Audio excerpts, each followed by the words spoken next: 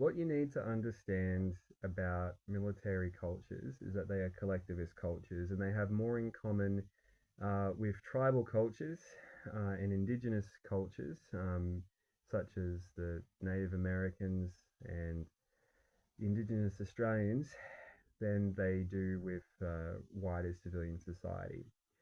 They're tribal.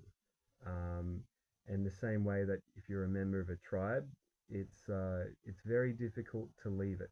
Um, you have in Australian Indigenous culture, you have your elders, you have your aunties, and you have these things, and it's kind. There's a very strong structure to it.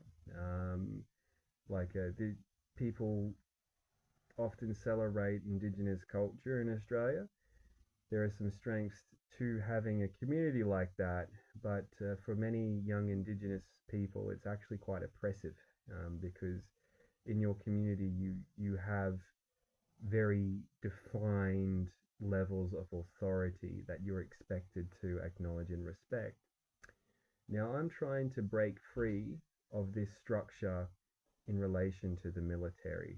And I've also had to try and break free of that structure related to Indigenous affairs as well, because whilst I am not natively Indigenous, within that community, there is this, at times, I have had to deal with this political problem, right?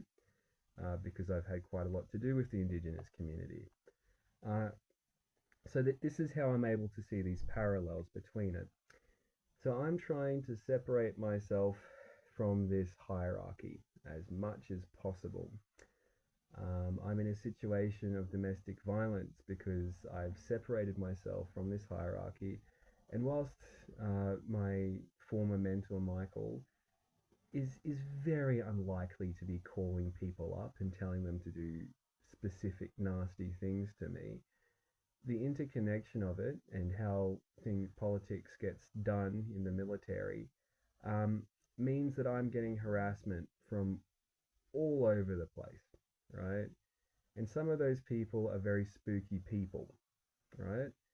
So a lot of the issues I'm facing are to do with things being done in the name of people rather than being like someone who is coordinating harassment. Although that's also something which could very well happen. The military, it does give people the opportunity for sadistic conduct, and you've got a group of people who are attracted to a profession which is inherently violent. Um, and you group them together, and they use teamwork to inflict violence on a person. Well, it's just now we've got a person who's an out group. We can now abuse him. This is what we're all about. We're here for violence, right? We don't have an actual enemy. Now we've got someone to do it to. So I'm dealing with a lot of harassment. Some of it's very creepy. Um, some of it's for very petty reasons as well. I've mentioned Jack in a previous video, but it's something which I don't know I can stop, because how do you break free from that culturally, right? Like it's difficult. So yeah, video for today.